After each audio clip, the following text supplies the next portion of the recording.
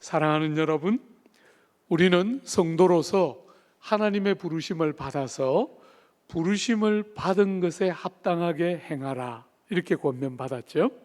여러분이 부르심을 받은 그 부르심에 어울리도록, 합당하도록 그렇게 행해야 한다, 이렇게 주님이 권면하셨는데, 부르심에 합당하게 사는 게 어떤 거였지요? 거룩함으로 우리를 부르셨기 때문에 성결한 삶을 살아야 한다. 이것은 4장 뒷부분에서부터 우리가 본격적으로 다루게 될 거예요.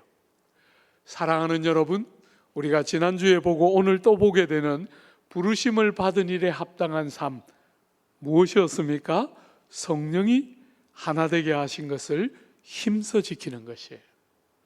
우리가 사는 이 세상은 하나 되게 하심을 힘써 지켜내는 세상이 아니라 끝없이 자기를 주장하면서 분쟁하고 나누어지고 다투고 싸우는 세상인데, 그런 세상 가운데 성도로서 하나님의 은혜를 받은 백성들로서 이 땅을 사는 동안 우리는 하나 되게 하심을 지켜내고, 절대로 자기를 주장하면서 싸우고 분열하지 않고 연합하고 하나 되게 하신 것을 잘 지킴으로 부르심을 받은 자의 부르심에 합당하게 사는 것, 그것이 여러분과 저의 부르심이다, 우리가 살펴보았죠.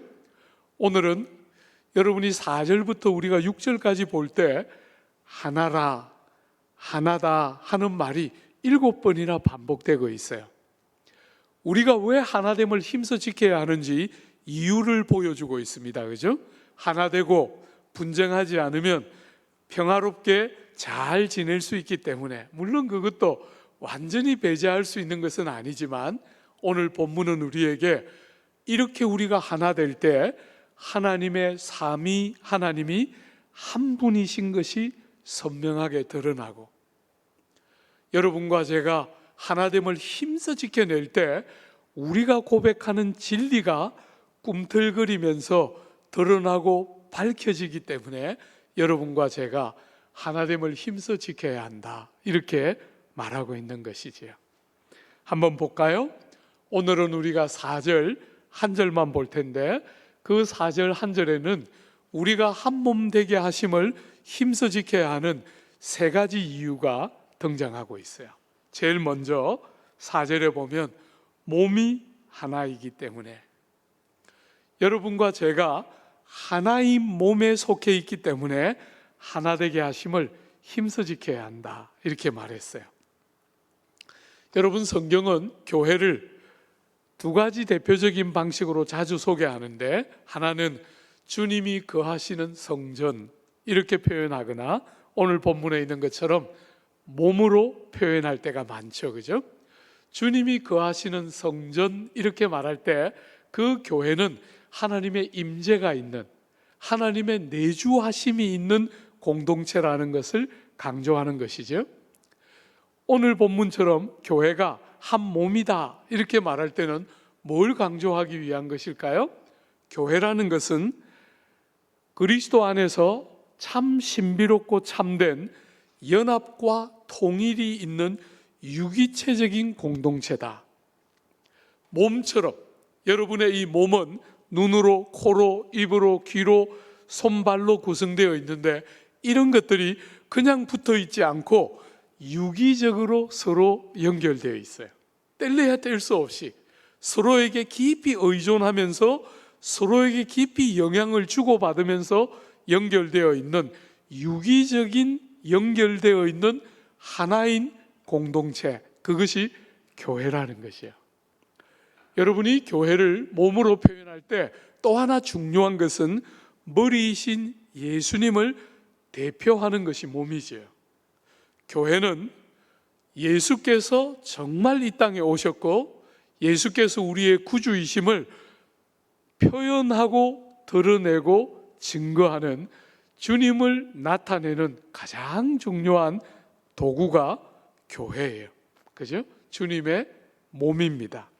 오늘 본문이 특별히 강조하는 것은 여러분과 제가 유기체적으로 연결되어서 하나인 공동체로서의 교회, 그것을 강조하고 있는 것이지요. 사랑하는 여러분, 그런 면에서 모든 진실한 성도들은 하나인 교회에 속해 있는 것이에요.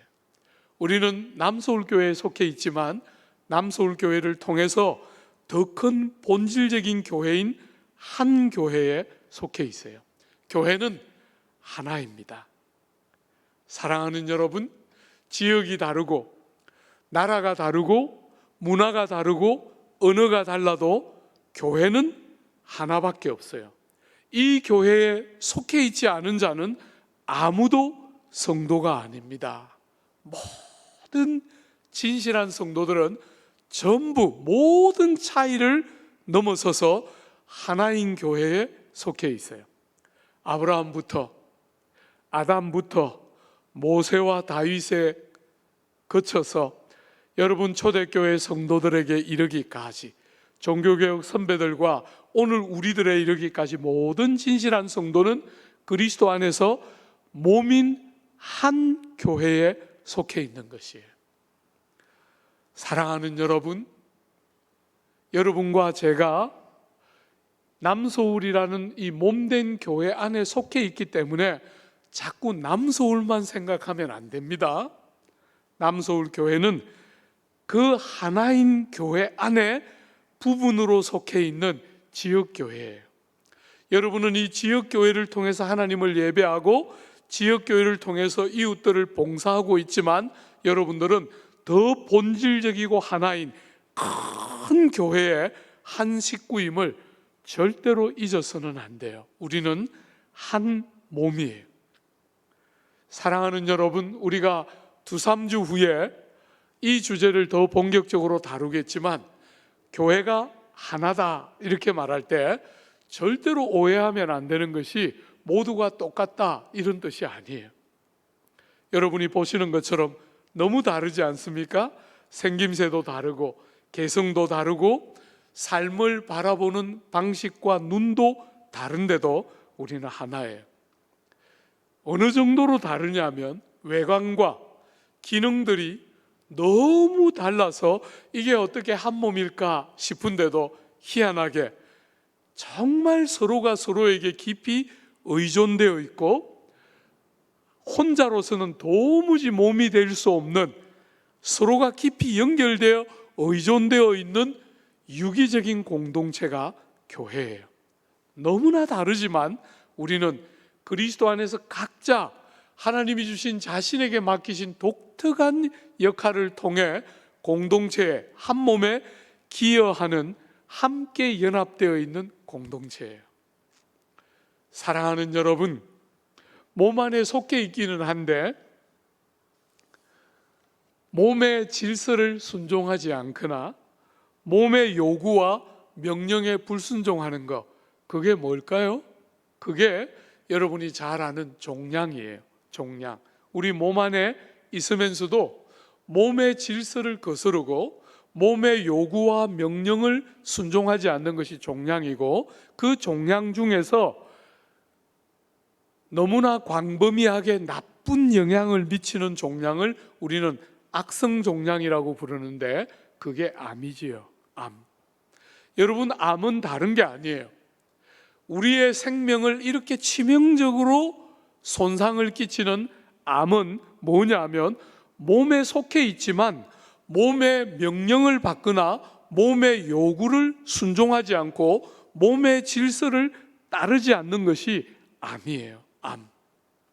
치명적으로 생명을 빼앗아가는 그 암은 여러분들이 신앙생활을 할 때 교회 안에 있기는 하지만 여러분 혼자 생활하거나 교회의 보편적인 질서나 교회의 명령과 요구를 거스를 때 교회는 직장처럼 여러분들에게 돈을 가지고 여러분들을 협박할 수 있는 구조가 아니지만 그렇게 여러분이 교회 안에 혼자 거하면 바로 그것이 암입니다. 암. 교회의 몸에 치명적인 해악을 끼치는 거예요. 교회를 구성하는 모든 성도들은 몸으로서 하나이고 서로에게 깊이 의존되어 있고 연결되어 있고, 그렇게 서로를 바라보고 그렇게 신앙생활해야 그게 제대로 하는 거예요. 교회 안에는 어떤 사람은 좀 두드러진 역할을 가지고 교회를 섬기는 사람들이 있어요. 저는 어릴 때 오늘 우리 예림 자매처럼 찬양을 이렇게 잘하는 사람은 얼마나 부러웠는지 몰라요. 저도 한 번씩 하고 싶은데 음치예요. 음을 다스리는데 잘 못 다스리는 거죠. 늘 부러웠어요. 어떤 사람들은 도드러져서 공동체에 좋은 은사를 도드러지게 가지고 있는 것 같고, 어떤 사람은 있으나 없으나 표도 안 나고 별로 상관도 없는 것 같아 보이는 평범한 사람도 있어요. 그러나 여러분, 교회는 그런 공동체가 아니에요. 세상처럼 더 훌륭해 보이는 사람이 있고 덜 훌륭해 보이는 사람이 있고, 꼭 필요한 사람이 있고 없어도 되는 사람이 있고, 혹은 정말 귀한 사람이 있고 천한 사람이 있고, 절대로 성경은 사람을 그렇게 나누지 않아요. 하나같이 보배 같은, 없으면 몸이 존재할 수 없는 하나같이 보배로운 영혼들이 몸을 함께 구성하는 지체들이다. 성경은 그렇게 말해요. 그러므로 사랑하는 여러분, 어떤 사람이 어떤 상태에서 교회를 와도 그 한 영혼이 천하보다 귀하다고 여기면서 생명의 존영과 아름다움을 회복하도록 하는 것은 교회의 교회됨의 가장 중요한 열매 중에 하나라 할 수 있겠죠. 사랑하는 여러분, 너무너무 차별하는 세상에 누가 교회를 오더라도 종기와 아름다움을 잃어버리지 않고 회복해내는 공동체가 되도록 몸의 하나 되게 하심을 힘써 지키면서 몸을 정말 서로 의존하고 함께 유기적으로 연결되어 있는 이 몸된 교회의 그 아름다움을 잘 드러내기 위해서 하나 되게 하심을 힘써 지켜내는 것이지요. 그죠? 두 번째로, 사랑하는 여러분, 교회가 그저 한 기관이거나 한 조직에 그치지 않는 이유가 뭘까요? 안 믿는 사람들은 교회를 바라볼 때 그저 교회는 다른 어떤 단체나 어떤 것처럼 조직이거나 기관이라고 생각하지만, 성경은 한 번도 교회를 그렇게 부르는 적이 없어요. 교회를 몸이라고 부르는 이유가 뭘까요? 한번 보십시오. 4절, 몸이 하나요. 두 번째 이유가 뭡니까? 성령이 한 분이시니.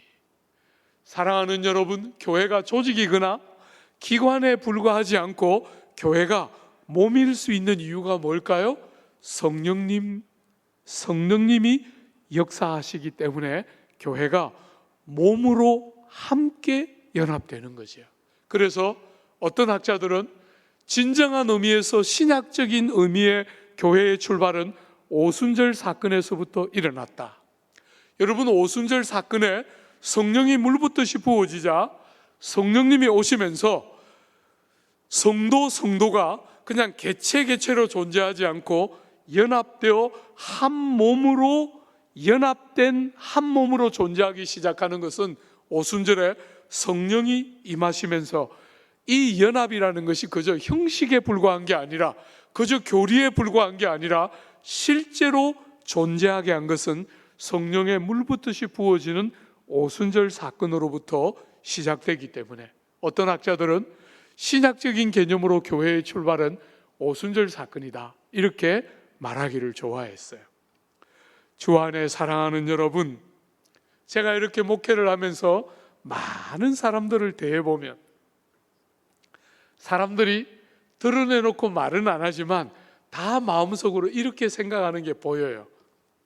대부분의 사람들이 드러내놓고 말은 안 하는데 마음속으로 이렇게 말하는 것 같아요. 목사님, 저는 그래도 좀 괜찮은 사람이에요. 저는 좀 괜찮아요. 인생을 살면서 실패도 하고 고난도 겪고 할 때는 한 번씩 문득 내가 뭔가가 크게 잘못되어 있는가 하고 어쩌다가 한 번씩 생각은 하지만 그럼에도 불구하고 그것을 진지하게 여기지 않아요. 대부분의 사람들의 스스로 생각할 때 적당한 정도의 자기 만족을 갖고 살아요. 그리고 일정한 정도의 일의 성취를 경험하고 적절한 형태의 자부감을 갖고 살기 때문에 사람들은 자기가 완전하다고 생각하거나 자기가 정말 선하다고 생각하거나 그렇게 생각하는 사람들은 많지 않아도 대부분의 사람들이 그래도 이만하면 괜찮다 이렇게 가볍게 대부분 자기를 생각하고 살아요. 그런 우리들의 삶에 성령님이 오실 때 어떤 일이 생깁니까? 여러분, 우리가 한 번도 다른 사람을 덩쳐먹은 적이 없습니다. 남의 물건을 도둑질하거나 비판받고 손가락질 받을 만큼 나쁜 일을 한 적이 없습니다. 그래서 대부분의 사람들이 나는 그래도 이만하면 괜찮은 축에 속하지 않을까, 그 정도로 다 자기를 생각하며 사는데 성령님이 우리의 삶에 딱 오시면 눈이 열리면서 우리 속이 얼마나 비틀어져 있는지가 보이기 시작합니다. 여러분, 우리가 바깥으로 드러나 보이지는 않는데 우리 속이 너무너무 많이 망가지고 비틀어져 있는 거예요. 우리의 생각하는 것이나 우리의 계획하는 것이 얼마나 추하고 악하고 냄새나고 더럽고 정말 하나님과 사람 앞에 내놓을 수 없을 만큼 부패하고 더러운 것인지가 성령이 오시면 우리의 마음이 그렇게 쫙 비추어지면서 남들에게 조롱받을 만큼, 남들에게 비난받을 만큼 나쁜 일을 하지 않았는데도 우리의 속이 비추어지면 우리가 얼마나 추하고 악한 죄인들인가 하는 것이 선명하게 보이게 돼요. 주 안에 사랑하는 여러분, 그때 비로소 우리는 마음 중심이 깨어져요. 그리고 진짜 겸손이 뭔지를 알게 돼요. 사람들은 끝없이 자기를 일정한 정도로 신뢰하는 것을 포기할 줄을 몰라요.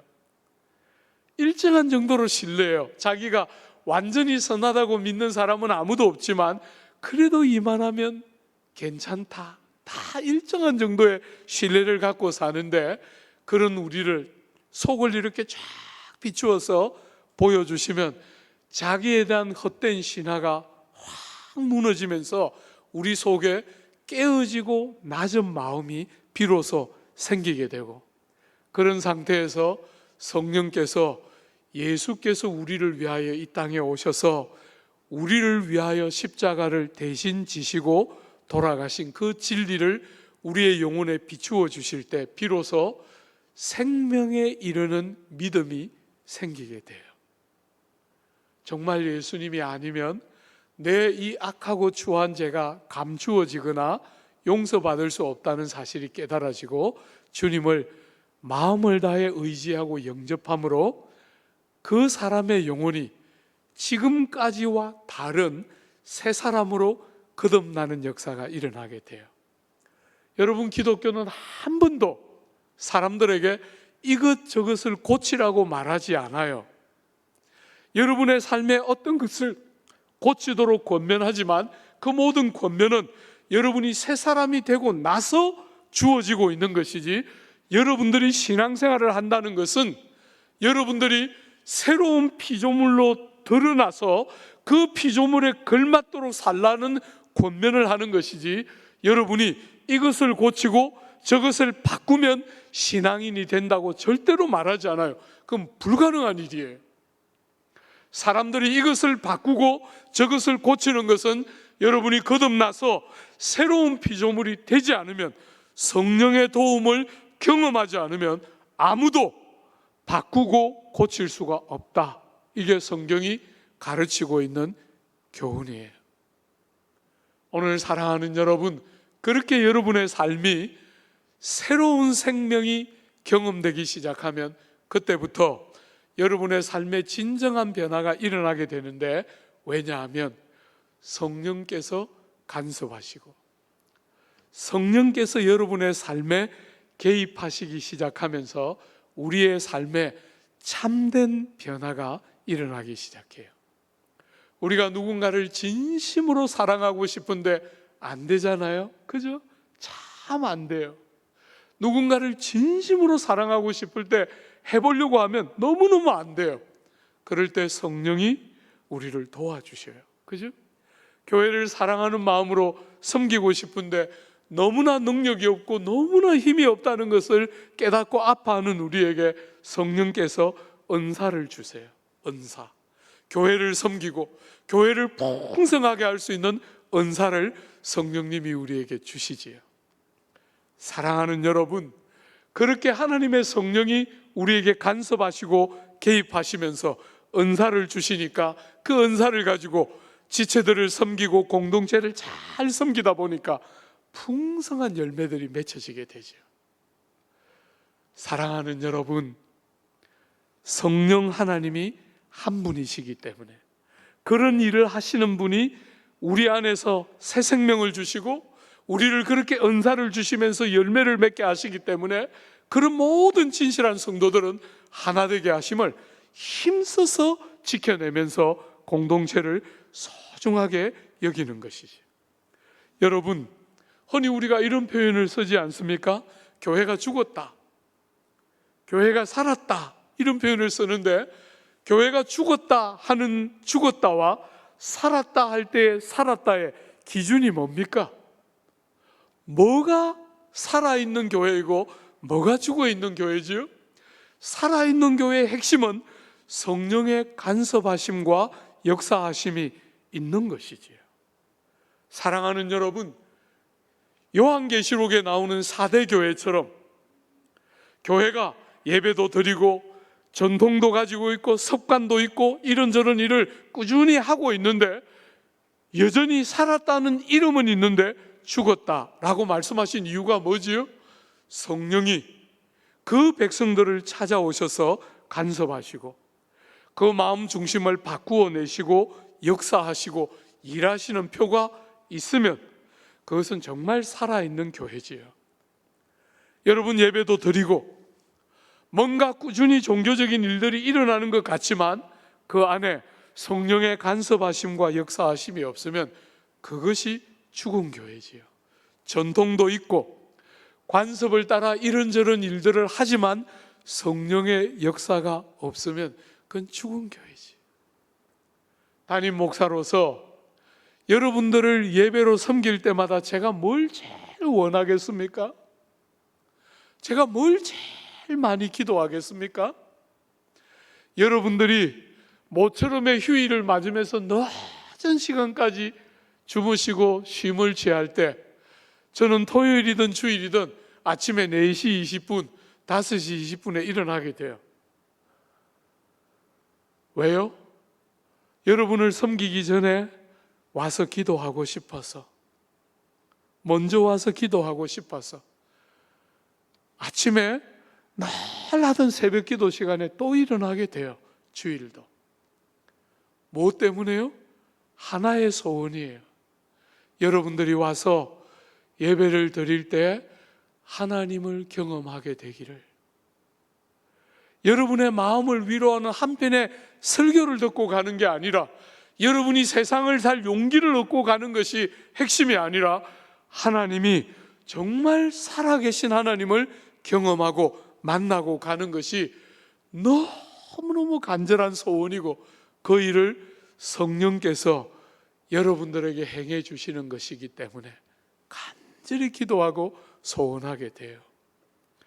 주 안에 사랑하는 여러분, 주 안에 사랑하는 여러분, 성령이 한 분이시므로 우리를 거듭나게 하시고 그런 복된 일을 하시는 그분이 한 분이시므로 우리가 하나입니다. 마지막 세 번째로 여러분과 제가 이 하나 되게 하심을 힘써 지켜야 되는 세 번째 이유가 뭡니까? 4절 중반에 한번 보십시오. 이와 같이 너희가 부르심의 한 소망 안에서 부르심을 받았느니라. 여러분과 저에게 하나의 소망이 있다는 거예요. 부르심을 받은 우리 모두는 다양한 형태의 이 땅을 살아가면서 이런 일이 생겼으면, 저런 일이 이루어졌으면 하는 기대와 바람들이 다 다르게 각자 있을 수 있지만, 모든 부르심을 받은 진실한 성도들은 동일한 한 가지 소망을 보유하고 이 땅을 산다는 거예요. 여러분들이 어떤 삶을 경험하고 살든지 우리 모든 성도에게 공통된 하나의 소망이 있다는 거예요. 공통된 하나의 소망. 사랑하는 여러분, 이 귀한 성령님께서 여러분과 저에게 임해서 믿음으로 말미암아 영생에 이르고 영벌을 면하게 되는 이 복을 주실 때, 성령 하나님이 하시는 중요한 사역에 또 다른 것이 뭐라 그랬죠? 1장을 볼 때 그분이 하시는 중요한 사역의 또 하나는 인쳐주신다, 도장을 찍어주신다, 그렇게 말했죠. 여러분, 도장을 찍는 이유가 뭡니까? 이것은 참된 것입니다. 이것은 진실한 것입니다. 이것은 제가 보증합니다 하는 것이 도장 찍음이잖아요. 성령께서 우리의 영혼에다 대고 도장을 찍어준다는 거예요. 그게 뭐라고요? 여러분과 제가 진정한 그분의 백성임을 알 수 있도록 도장을 찍어준다는 거예요.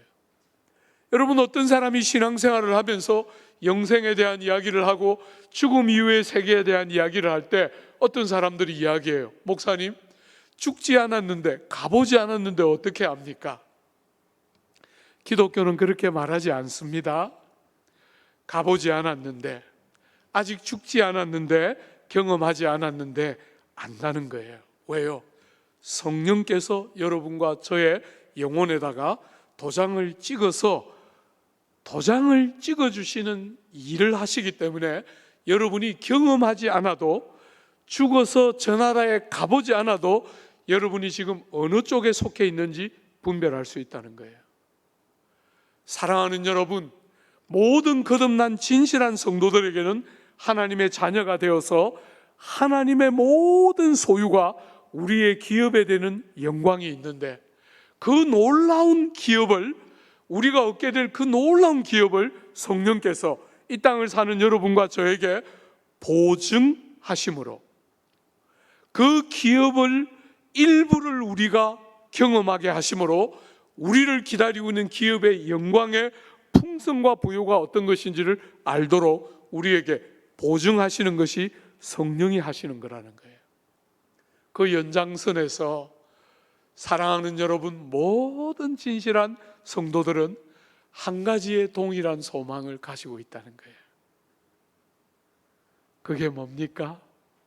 사랑하는 여러분, 여러분과 저는 로마서 8장에 만물이 탄식하면서 기다리는 것처럼 우리는 이 땅을 살아가는 동안 모든 진실한 성도들은 다른 성도들과 동일한 한 가지 소망을 가지고 있는데, 그것은 예수의 이 땅에 오심, 혹은 여러분과 저의 몸의 구속을 탄식하며 사모하고 기다리고 있어요. 우리가 성도가 되고 나면 우리는 정말 변화된 삶을 살기 시작해요.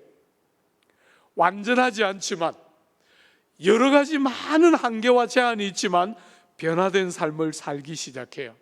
그런데 여러분, 그 변화된 삶을 살면 살수록 많은 탄식과 아픔을 갖게 돼요.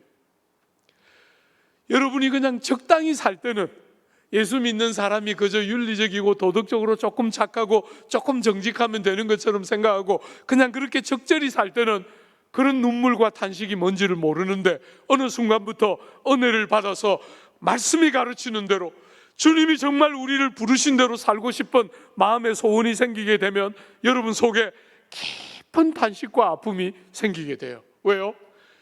소원이 있는데 사라지지 않아요. 여러분과 저의 삶에 변화가 없는 것이 아니지만 우리의 너무나 여전한 한계를 우리는 보게 돼요. 사랑하는 여러분, 우리가 가지고 사는 이 몸은 너무 아프게도 죄의 나쁜 습관에 너무 오랫동안 길들여져 있던 몸들이에요. 주님의 진리의 말씀에 반응하고 싶은데 반응하지를 않아요. 말씀을 듣고 어지간히 결심하고 다짐하는데도 가치관 하나가 바뀌는 게 왜 그렇게 어려운지 몰라요. 우리의 삶에 끝없는 자기 중심성들을 깨뜨리고 하나님 중심으로 사랑하는 지체들을 배려하며 살고 싶은데 언제나 자기가 늘 중심 자리에 있고 자기밖에 없어요. 그런 아픔들을 성도로서 이 땅을 살아가는 동안 우리는 굉장히 아픔을 경험하면서 살게 돼요. 세상 사람들이 그런 것 가지고 아파하지 않는데 우리는 탄식하고 고통을 경험해요. 그래서 고린도후서 5장에 있는 것처럼 우리의 몸이, 이 죽을 몸이 사망이 생명의 삼킴바 되는 복된 날을 기다리게 돼요. 주님이 이 땅에 오시면 우리의 이 연약한 몸, 여전히 한계가 두드러진 몸, 은혜로 받은 이 구원의 영광이 가려지고 제한을 받고 그 몸에까지 온전한 영광이 드러나기를 원하는 아버지의 마음과 너무 다르게 끝없는 한계와 모순들을 발견하게 만드는 이 몸의 아픔을 가지고 탄식하고 아파하다가 주님이 이 땅에 오셔서 우리의 몸에까지 주님의 구원의 온전함이 드러나는 그날을 우리는 탄식하며 기다리는 것이지. 여러분, 그날이 오면 우리는 이 몸으로 다시는 탄식하지 않을 거예요. 우리의 마음에 소원하는 바가 손발에 의해서 행해지는 영광을 경험하게 될 거예요. 우리가 그렇게 소원하면서도 완전하지 못한, 그죠? 저도 이제 아내랑 거의 30년 이상 살았는데 34년 살았어요. 참 한 번씩 후회가 돼요. 왜 20대 때, 30대 때 좀 더 빨리 못 깨달았을까? 이렇게 소중한 사람을 이렇게 제대로 사랑하지 못하는 무책임을 언제까지 반복할까? 이런 것이 한 번씩 짠하게 너무너무 아파요. 참 잘 안 되는, 정말 사랑하고 싶은데 너무나 안 되는 이 한계들을 가지고 탄식하다가 주님 오셨을 때 우리가 정말 마음에 소원하는 바가 손발로 행해지는 영광스러운, 점도 없고 흠도 없는 온전한 구원의 영광, 몸의 구속이 완성이 되는 영광을 우리가 다 함께 기다리고 있는 것이지. 사랑하는 여러분, 요한이 요한일서에 이렇게 말했죠. 사랑하는 자들아, 우리가 지금은 하나님의 자녀라. 장래에 어떻게 될 것은 아직 나타나지 아니하였으나 그가 나타나심이 되면 우리가 그와 같을 줄을 아는 것은 그의 계신 그대로를 볼 것을 이람이라. 여러분, 그날이 되면, 그분이 오시면 우리가 그분과 같아질 것이라는 거예요. 왜요? 그분 생긴 그대로 우리 눈으로 볼 것이기 때문에. 여러분, 빌립보서에서 바울이 이렇게 말했죠. 그가 만물을 자기에게 복종케 할 수 있는 자의 역사로 우리의 낮은 몸을 자기의 영광의 몸의 형체와 같이 변하게 하시리라. 여러분과 저의 이 낮은 몸을 영광의 몸으로 바꾸어 주시는 몸의 구속을 기다리며 탄식하는 우리가 몸의 구속이라는 그 한 가지 소망 다 그날에 참여하게 될 것이므로 사랑하는 지체들의 약함과 실패와 모자람들을 볼 때 비판하거나 비난하거나 정죄하거나 욕하고 등을 돌리지 않고 힘을 다해 받아내면서 지지해주면서 붙들어주면서 그날이 오고 있음을 알고 힘을 다해 하나 되게 하심을 지켜내면서 공동체의 다름을 드러내고 증거하며 사는 것이 성도들의 삶의 방식이에요. 얼마나 변덕스러운 세상입니까? 없으면 못 살 것 같이 살다가 분노하고 정죄하는 이 세상, 끝없이 약점을 붙들고 다투고 정죄하며 싸우기 쉬운 이 세상을 사는 우리가 주님 때문에 하나 되게 하심을 힘써 지켜내고 힘써 지키기 위해서 상대를 비난하고 상대를 정죄하는 자리에서 나를 깨뜨리고 나를 부정하는 자리로 가면서 공동체의 하나 되게 하심을 힘써 지켜내는 이 영광스럽고 복된 성도된 삶, 교회에 하나 된 이 아름다움, 여러분이 가는 곳곳마다 그런 역사들이 일어나고 그런 삶들이 만들어져서 이 아픈 조국 땅을 회복시키고 살려내는 영광스러운 역사 풍성히 누리게 되시기를 바라고 축복합니다. 우리 같이 한번 기도.